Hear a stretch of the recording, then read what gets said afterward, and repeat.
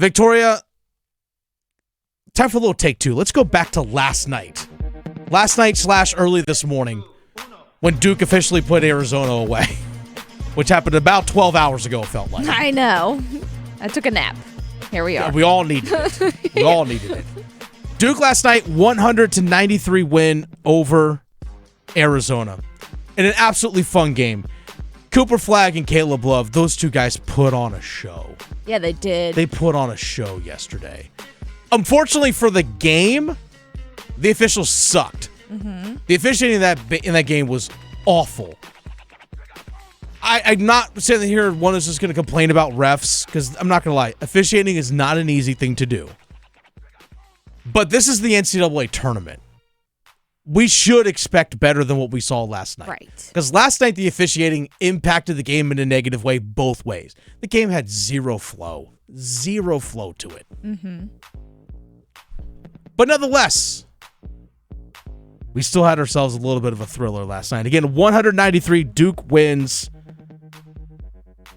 Cooper Flagg absolutely had an awesome game. 30 points, 6 rebounds, 7 assists, 3 blocks. No one has ever had a stat line like that in the NCAA tournament. I'm just going to say that one more time. No one has ever had a stat line like that in the NCAA tournament. Mm-hmm. First round, number 1. It was impressive.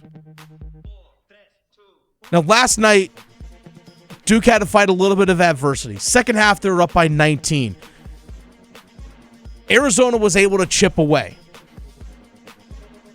Again, lack of flow offensively, lack of flow in the game. Foul trouble put Duke in a tough spot. John Shire had to adjust. He really shrunk down his lineup in the second half. We saw Isaiah Evans, Maliq Brown, and Caleb Foster all get 4 minutes in the first half. They did not see the floor in the second half. The only guys that were subbing in, it was Patrick Gongba and Kama Malawash. The two big men were subbing in and out for each other. And trying not to get fouled out, which one eventually did. One eventually did. It was Gongba. But then it was just Mason Gillis rotating with the other 4 spots. That was it.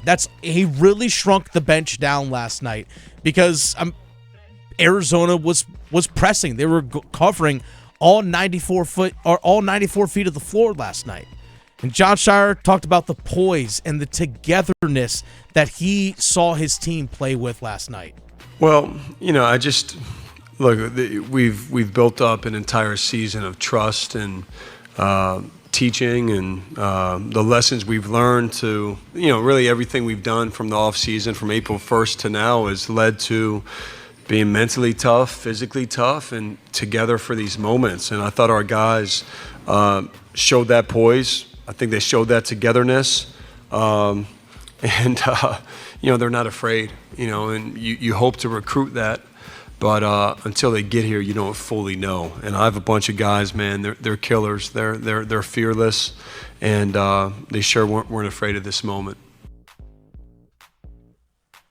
I remember talking to players in the Sweet 16. Went to the locker room. It was in Raleigh. I'm sorry, not the Sweet 16. The second round after they had won against. Why am I forgetting who they beat in the second round of the NCAA tournament?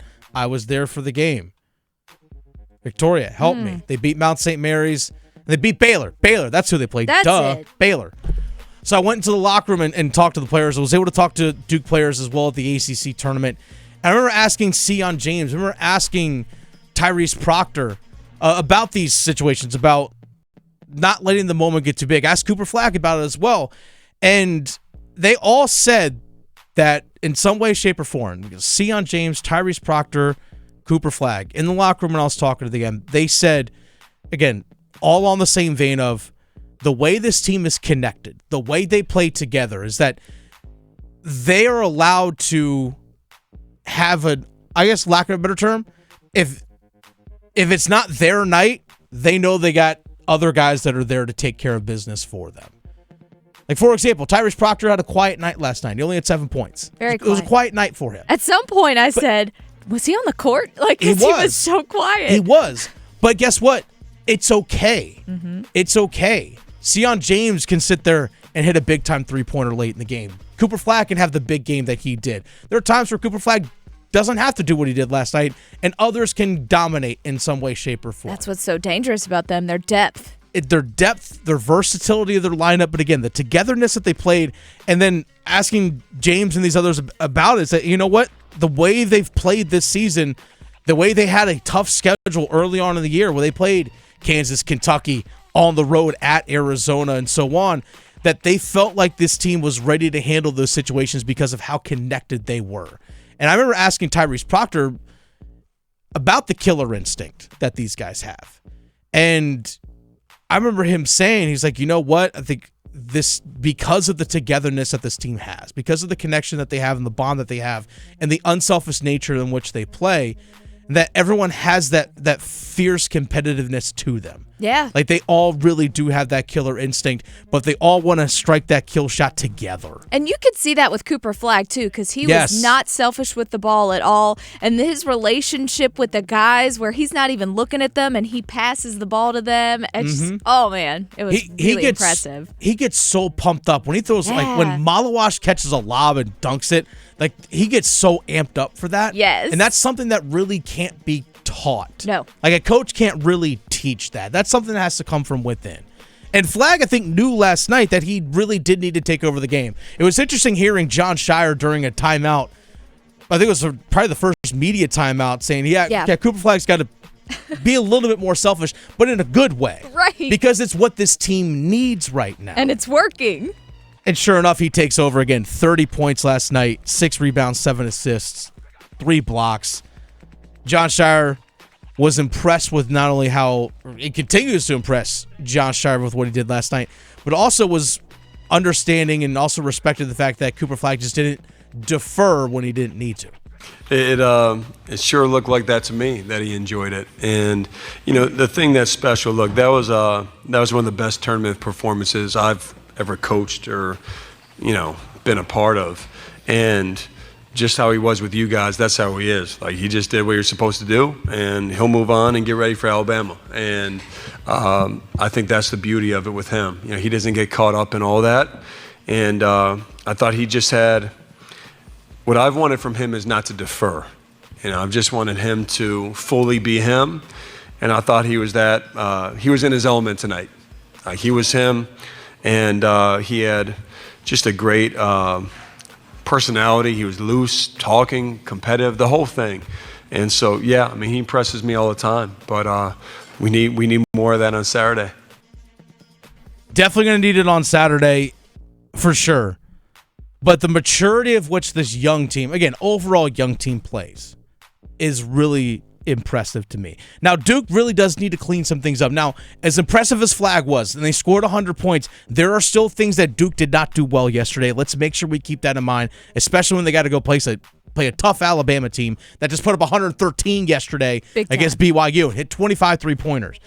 Duke yesterday struggled a little bit on the defensive end. Arizona, when they were able to get buckets, were able to set up and press. And Duke was able to break the press, but it took them out of their flow offensively.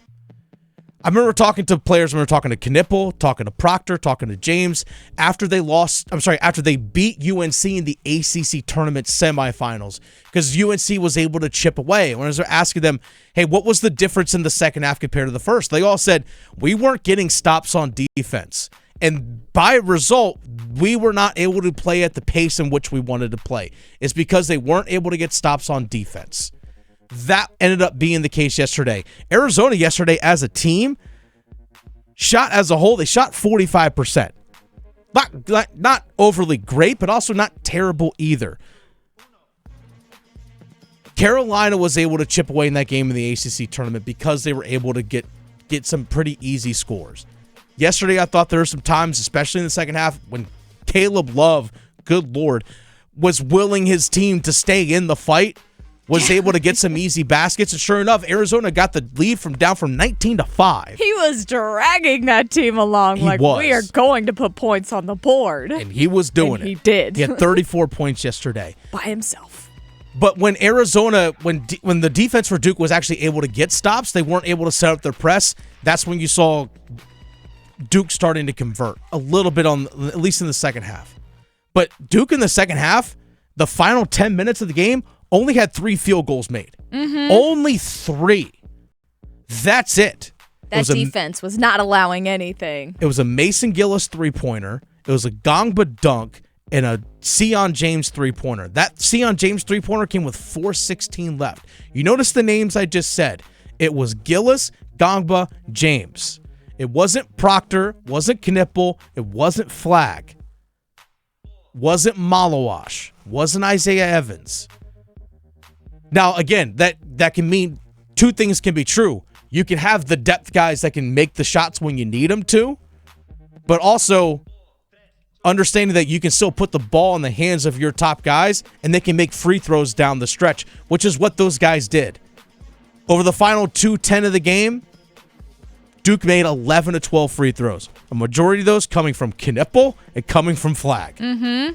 Those guys were still able to step to the line when they needed to make free throws and did. Those are pressure situations. Yep. People talk about I think a misconception when it comes to a sport like basketball is that, how do teams handle pressure situations? And they only assume that's, you're down by 5 with 2 minutes left. It's a pressure situation. Well, guess what? Being up by 5 with 2 minutes left is a pressure situation. Mm-hmm. Both things can be true. Duke overall handled it well yesterday because obviously they pulled out a win, but it doesn't mean it couldn't be smoother. Because Arizona was able to press, which is they started doing with about 15 minutes left. Yeah. There was plenty of time for them to turn that game around. By the time Duke was able to actually get into their offensive sets in the front court, it was about 15 or 16 seconds on the shot clock. So again, it takes you out of your flow and your rhythm. Yeah. And I even posted it on X yesterday at the Fan Rookie. You can find me there. The key for their offense, I said, they can't just fall into just settling for jumpers because of the way the press has been chewing up some time for them offensively. They still need to get paint touches. Paint touches were the biggest thing yesterday. And the way that game was officiated, as terrible as it was, it's like, you know what? If they're going to keep calling fouls, keep driving to the lane, keep getting to the free throw line, win the game from there. Because eventually, if another team gets into foul trouble, they're going to be less aggressive, and you're going to start making buckets, and you're going to put them in a tough spot where they're going to have to start rushing things on the offensive end. Put the pressure on them in that regard. Duke was able to handle the situation quite well. Now, Arizona did give something Duke hasn't had in a while, a pressure situation. Mm-hmm. And John Shire was happy with how his team handled it.